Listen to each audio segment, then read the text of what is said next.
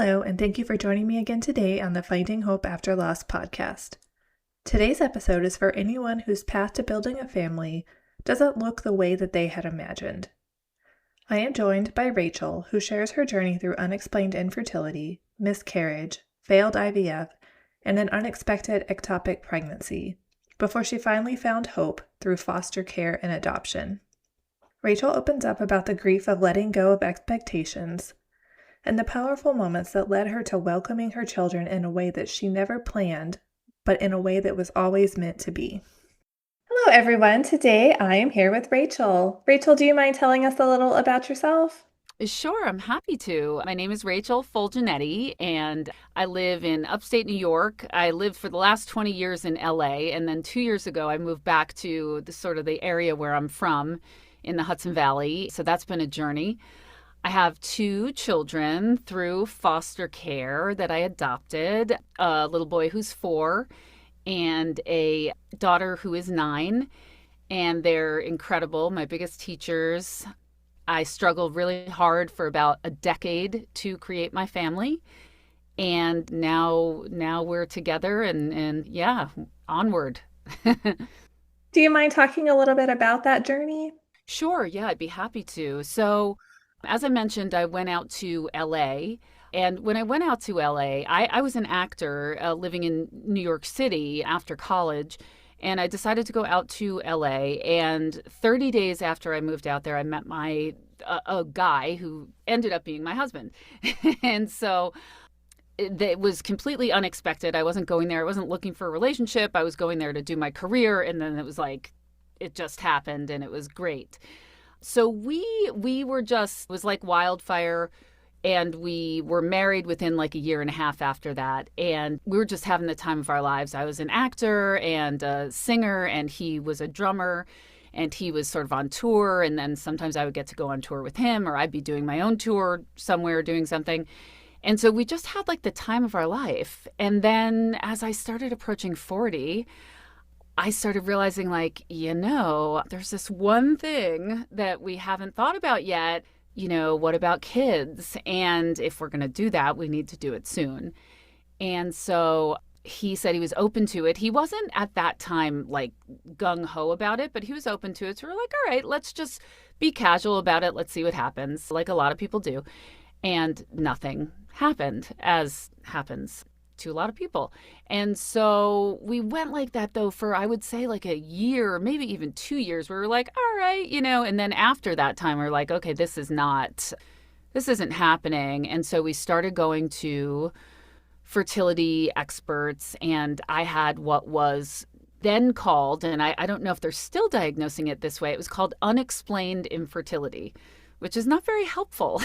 It's not like a great, So yeah, I had unexplained infertility, which didn't tell me much. We did IUI, and I did everything under the sun. Like, I'm that kind of person who, like, when I decide I want to do something, it's like, I'm going to do it. I'm going to make it happen. I was taking my temperature every morning. I was doing all the things. Everything you can imagine, I tried. And nothing would work. And it became, as I think this happens to a lot of people, it just became like increasingly painful emotionally. And all my other friends were having babies and baby showers, and I was seeing everything on Facebook and Instagram, all this stuff. And like, it seemed to happen so easily for other people. And for me, it just wasn't happening. It was like the one thing in my life that I just couldn't make happen. And I remember being so frustrated by that. Like, man, if you decide you want to be a doctor when you're 50, like, you can still do that. It's going to be a long road and it's going to take a long time, but you can still do that. But that really, having biological children is that one thing that there is this time cap to it. And so, yeah, I wasn't able to make that happen. Then I sort of dropped everything for a while, and I got pregnant, and it was incredible. And I got pregnant naturally, and I couldn't believe it. And it was a dream come true. And this is after like several years. And so I just remember thinking, wow, this is like the best thing ever. And I called my family in New York and told them, and was so excited. The first ultrasound rolled around, and my husband couldn't come because he had a brand new job. And I said, oh, don't worry about it. It's fine. I'll go. Now thinking back, I'm like, what was I even thinking, like ever saying it's fine and like that I would go by myself either way. But that was me. I was just like, yeah, I'm cool. Don't worry about it. And so I went and they did not find a heartbeat on the the pregnancy. And so that was heartbreaking, shocking. Had to regroup after that. Took a really long time to deal with that pain. Decided to do IVF. Finally, I had been sort of against IVF, not against it for anyone else, but just for myself. I was always a little bit like, I don't know if I'm going to be able to handle IVF very well. The broad strokes are basically, we tried IVF twice, didn't work. Then we were broke and we were like totally like in debt, not getting any younger. Time has passed and didn't know what to do. And so started looking at adoption and then eventually landed on foster to adopt. So that's sort of the whole trajectory. Wow. And I mean, such a long journey, and you've kind of hit everything. I mean, infertility and loss. And I mean, did you ever have any idea that this would be how your journey turned out? No, no way. No, I thought for sure that I would eventually get pregnant and then it would all make sense in retrospect. And I would say, oh, this is why this happened and this happened and this happened, that brought me to this thing that I really wanted. And actually that did end up happening, just not in the way that I ever expected it to, which is adopting my children. I thought that I would just have a biological pregnancy. And, I was always like extremely healthy and health conscious, and I take all the supplements and do all the stuff and do the research. And, I just didn't think that would happen. No.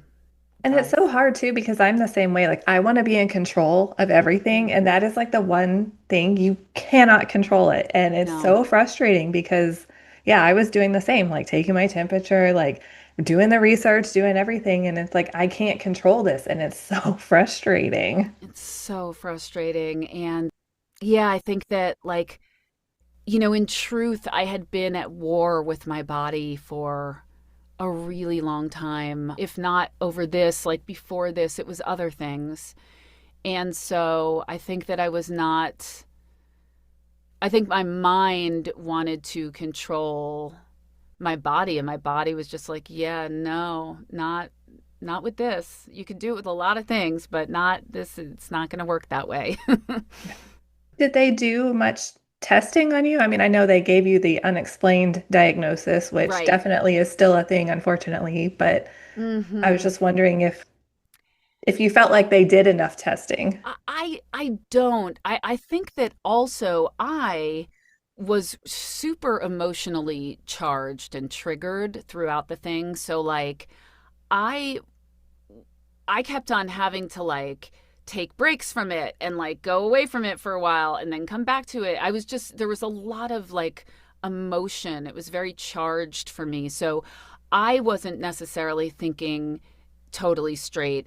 And I didn't have a lot of continuity of care in terms of like working with the same person over a really long period of time. I kind of like went to one place, and then after that got destroyed, I went to another. You know what I mean? So like, because another thing that happened with the pregnancy, so when I did get naturally pregnant and I ended up losing that pregnancy, I went home that day, and then I became in like severe, severe pain. Or I think I had a DNC to just remove what was there, went into extreme pain, like throwing up. I'm so nauseous, and like there's something wrong with me. Abdomen, like extended, like just craziness.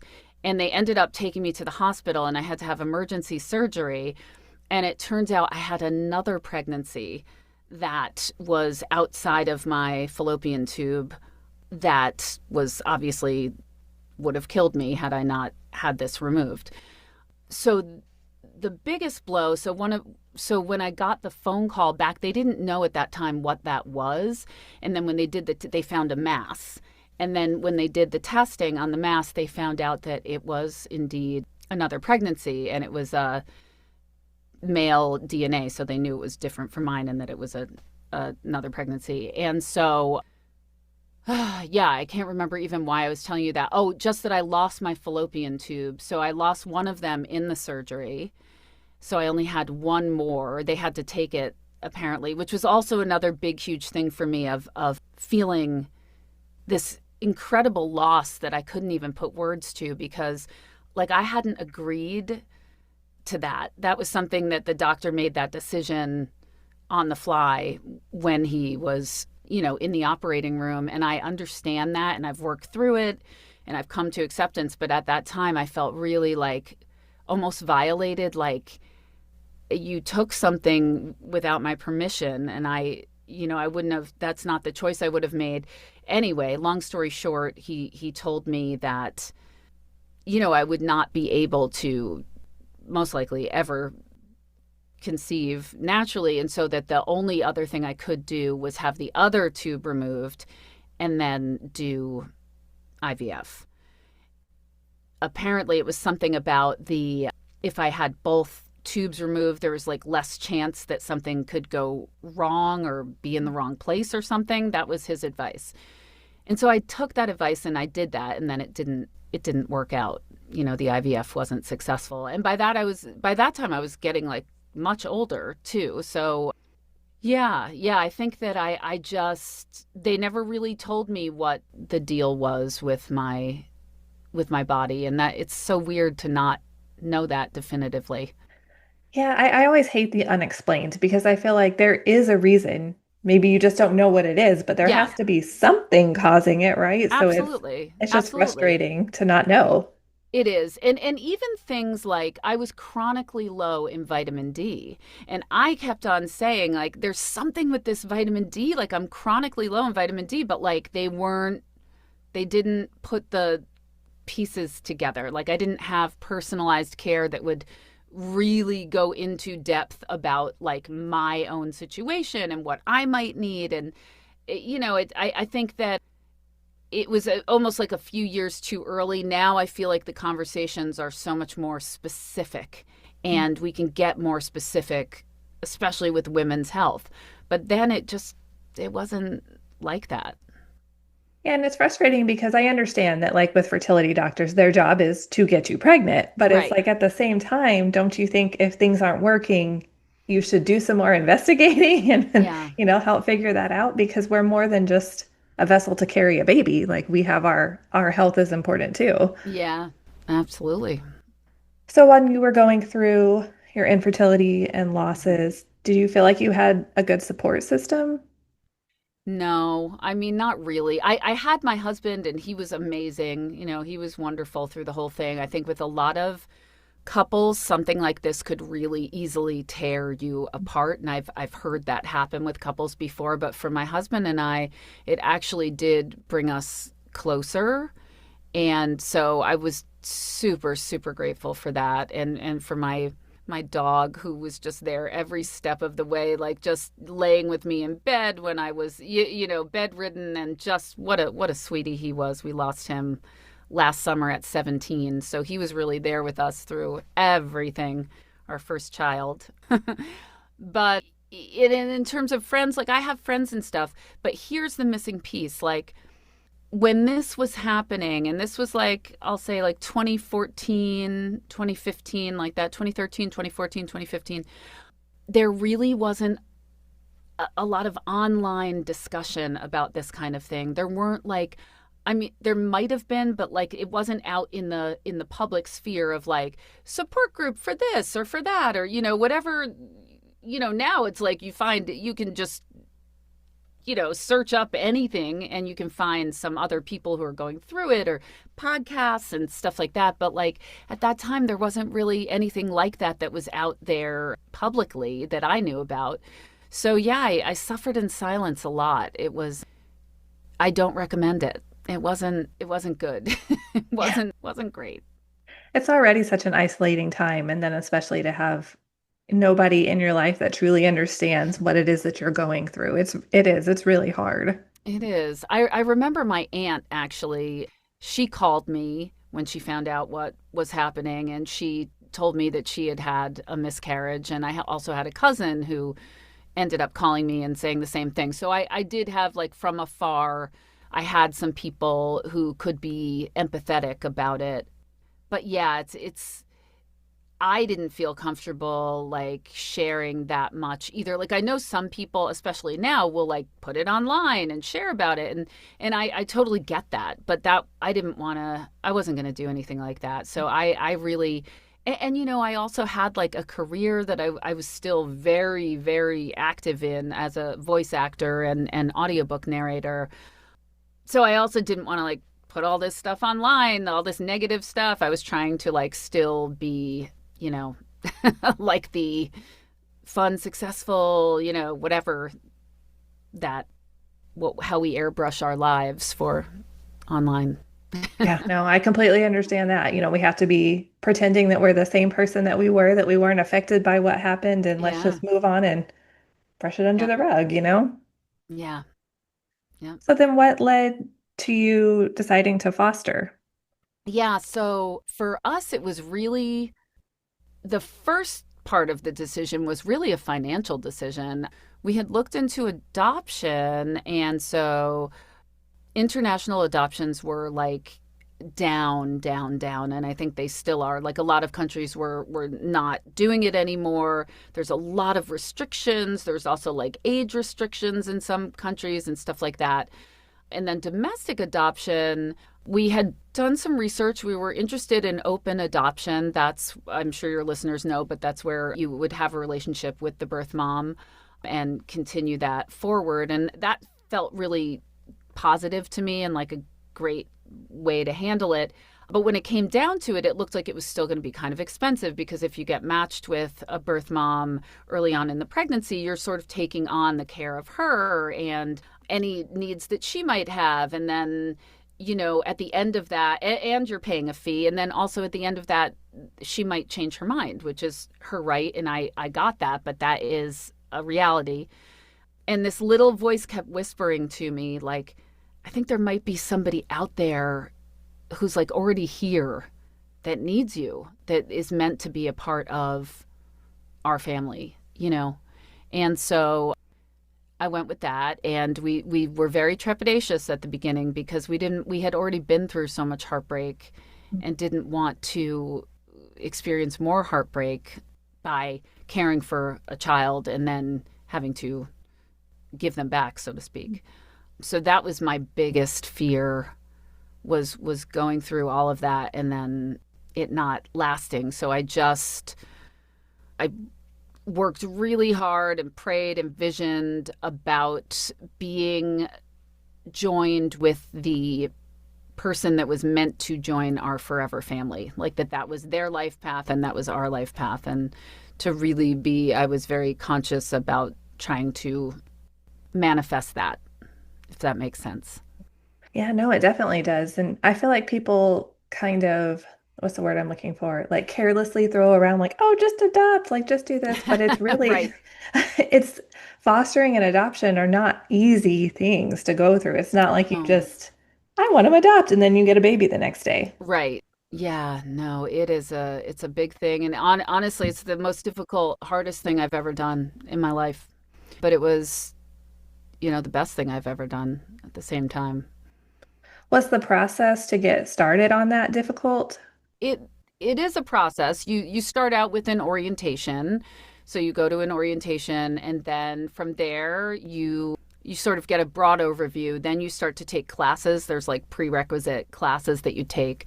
So you do a series of classes. And then there is what's called the home study, which is, it's a home inspection to make sure your house is safe and up to code and, good for a kid, depending on what age that child is. And then also the interview portion, which is like in-depth interviews with everyone who lives in your home about your history and your current life and lots of different stuff. And then there's like a million checklist items of like FBI live scan and, a bunch of, a TB test and first aid and CPR and like all of that stuff. So that whole process took us like a year just to complete all of that stuff. I know you could probably do it faster. I'm sure you could. But again, we were dealing with like emotional things. And so we kept on feeling like, are we sure we really want to do this? This is terrifying. And then, yeah, we ended up just moving forward on it. Do you, when you're fostering, do you get to, like with adoption, kind of pick an age range that you're wanting, or is it just whoever needs it?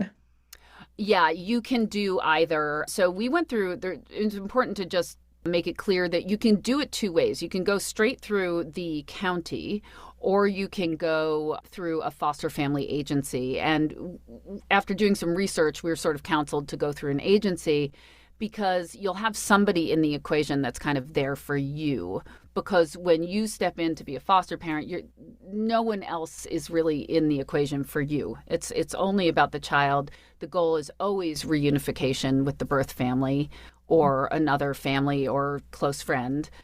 So it's difficult to navigate. So yeah, we went through the agency.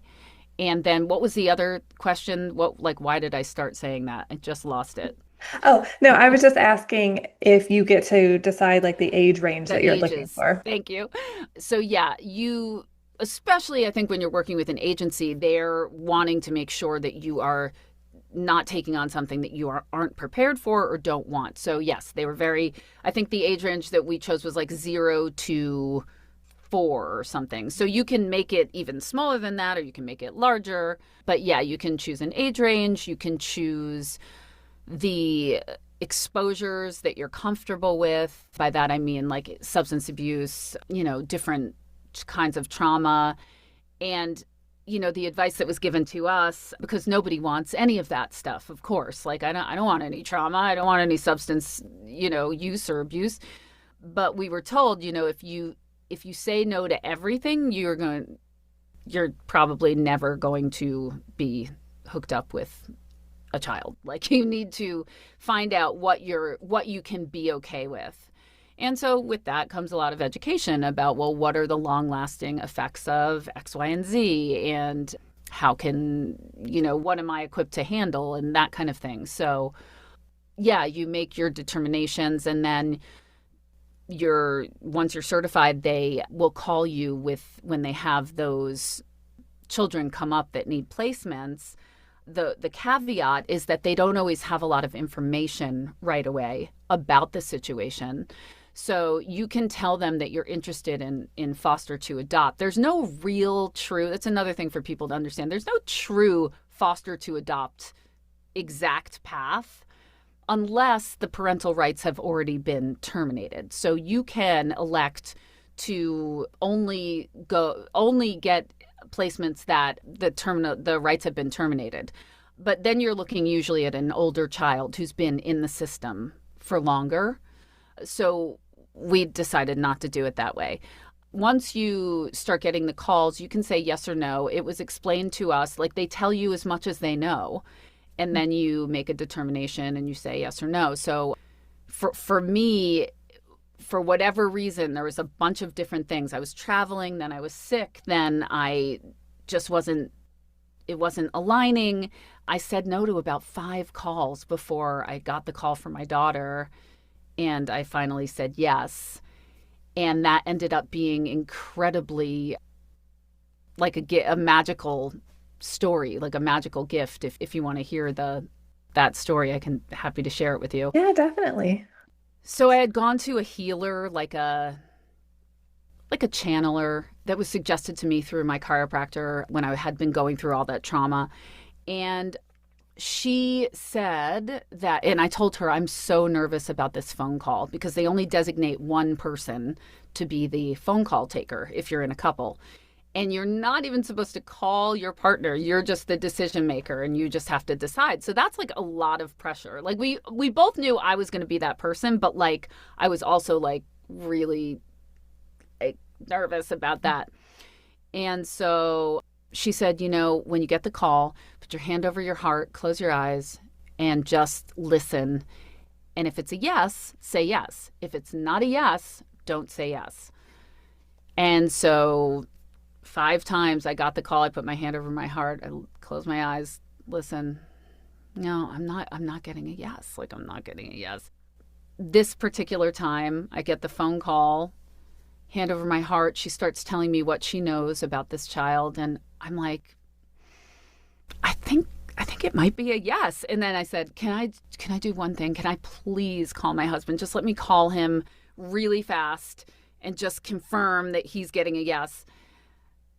They said, okay. They were like, you're not supposed to do this, but okay, you have to call right back in like 5 minutes or we have to go on to the next person because this child needs a home and we can't like hem and haw and all of that. And I get it. And so I called my husband. He was at his job. He picked up on the first ring, which wouldn't normally even happen. I start telling him, I'm like, okay, there's this child. I start saying like what I knew. And he was like, yes, it's a yes. And I was like, it is, right? It's a yes. He was like, yes, it's a yes. So I called back and I was like, yeah, it's a yes.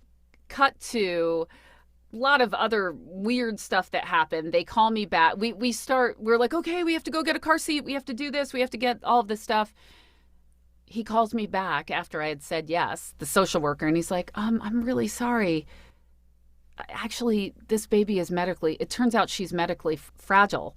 So you're not a medically fragile certified household. So we can't like give her to you. And I was like, oh, okay. I really thought it was a yes. All right. Well, okay. That's whatever. Monday rolls around. That was a Friday. Monday rolls around and I'm in my agency for voiceover. And that day, it's all about babies. There's a pregnant lady in the lobby. There's another one who had just brought her little baby in. You know, everyone's talking about kids, this and that. And a guy looks over at me and he goes, what about you, Rachel? You have any kids at home? And I was like, well, I almost did. I would have had one. And I tell them the story. No sooner than do I stop telling the story that I get a phone call. I look down and I'm like, oh, this is the agency. I call up the foster family agency. And they're like, remember that baby girl that we called you about on Friday? And I was like, yes. Well, it turns out she's not medically fragile. They just like redid whatever. Are you still interested? And I was like, yes. Oh my God. So ended up getting her. Last part of the story. This is the best part. I know this is very long-winded. I told you I can talk. But it's a good story, so it's okay. We're getting instructions to pick this child up from the hospital. And at a certain point, the social worker is saying all this stuff, telling us all this stuff. And I was like, oh, I forgot to ask, like, does she come with a name? And he was like, oh, yeah, let me see. And he's looking at the stuff. He's like, yeah, her name is Isabella Rose. And I looked at my husband and we lost our minds because when I had been pregnant years before, our top name, if it was a girl, was Isabella Rose. The exact same name, not just the first name, but like the middle name. It was just like magic. I mean, I started screaming and the social worker was like, what's the matter? And I was like, then laughing and crying happy tears because I was like, this is her. This is our baby. Like, there's no way this isn't our baby. Like, it's just, I know it's meant to be. And it was. That is an amazing story. I mean, yeah, she definitely was meant to be your daughter. Yeah. Yeah. Isn't that crazy? And then you have another one that you also foster? I do. And then my son, we had taken a break. After the whole fostering process took like 2.5 years. It was a very long process. Ended up finally adopting her. And then we were just exhausted. So we were like, let's put our fostering certification on hold. Let's just regroup because that was really hard path that we just traveled. And time was going by. And about a year and a half later, we decided, you know what, if we're going to do it again, we should try to do it again. And we updated our certification, didn't hear anything for like almost 6 months. We were thinking about leaving LA at that point. We went up to Sacramento for the weekend to just visit and see if maybe we wanted to live there. Coming back from Sacramento, my husband and I were like, I was like, I don't feel like we're done with LA yet. And he was like, I don't either. We're like, okay, weird. Then 2 days later is a Monday. That was a Saturday. It was his birthday. on that day. Monday, I get a phone call, safe surrender baby boy born Saturday, July 10th, which was 2 days ago, which was my husband's birthday. Now I'm getting a text saying that this child was born on that day. And he was a safe surrender, which means that the birth mother relinquishes the child safely at a hospital or a fire station. So that is like the dream that everyone asks in foster care. And they're like, forget it, doesn't happen. Like, doesn't happen. And it happened, and he was born on my husband's birthday. They share a birthday. So again, I felt like this is our kid. Like, this has got to be our kid. There's no way. That is just too weird of a coincidence. So then we stayed there, LA, 2 more years until he was adopted, and then we just moved 2 years ago. Wow. I mean, yeah, Yeah. both of those. Oh It's my like God. when things just work out like that. I I mean, know. it's I like it's know. just not a coincidence. It's just how it's meant to be. It really is. I mean, I believe in that stuff. I think that, I just don't see how it can be discounted. It's just so, to me, it seems so obvious. But, there were so many struggles before that just were not meant to be. And then, it's funny, an acupuncturist said to me one time, and I didn't understand this at the time, and now I totally get it. She was like, everyone always ends up with the right baby. And I was like, what? And she was like, it doesn't matter how they come. So, they come biologically. Sometimes they come in other ways. She's like, but everyone always ends up with the right baby. And like now I totally get that because I just feel like my kids are they're so our kids. Yeah, I'm sure you now know? you can't imagine it being any other way, right? Yeah, I can't. I can't. I mean, it's like the closest you can relate it to, and this is not even a tenth of what it is, but when you have like an animal, like our dog that we had for 17 years, like they're a part of your family that you think of them as like I could have birthed this dog. You know what I mean? But like I didn't, but like I could have. That's how I felt about my dog. And that's how you end up feeling about your adopted kids, are like not your adopted kids. They're your kids, like just period, you know? So you went in knowing that you wanted to foster to adopt, or were you just planning on fostering? No, we went in knowing that we wanted to foster to adopt, which is difficult and not recommended, they say. But it's one of the reasons why I started I have a podcast. It's called From Foster to Forever. And I share foster to adopt journeys on there with real people who have gone through this, because I think that not enough people know that it is possible. It's not an easy road. It's certainly not a sure thing, but you can irrevocably change your life and the life of others, and then you might hit the jackpot and also get to have a forever family. Like, and I believe like if you do it eventually, I think you will get that, but you might have to go through some stuff before you get that. But I think it is a viable path. So if you were going to give advice to anybody who's, thinking about fostering or doing foster to adoption, what would you tell them?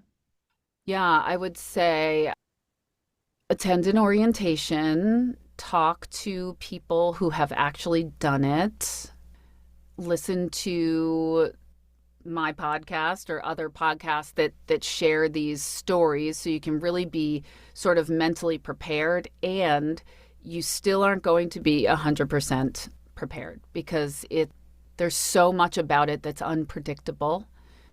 So you need to practice what I really practiced. My mantra the entire time was, we are together right now. That's all we have. All we have is the present moment. And truly, in life, that's all we really have. We don't know what's going to happen. Nothing is promised.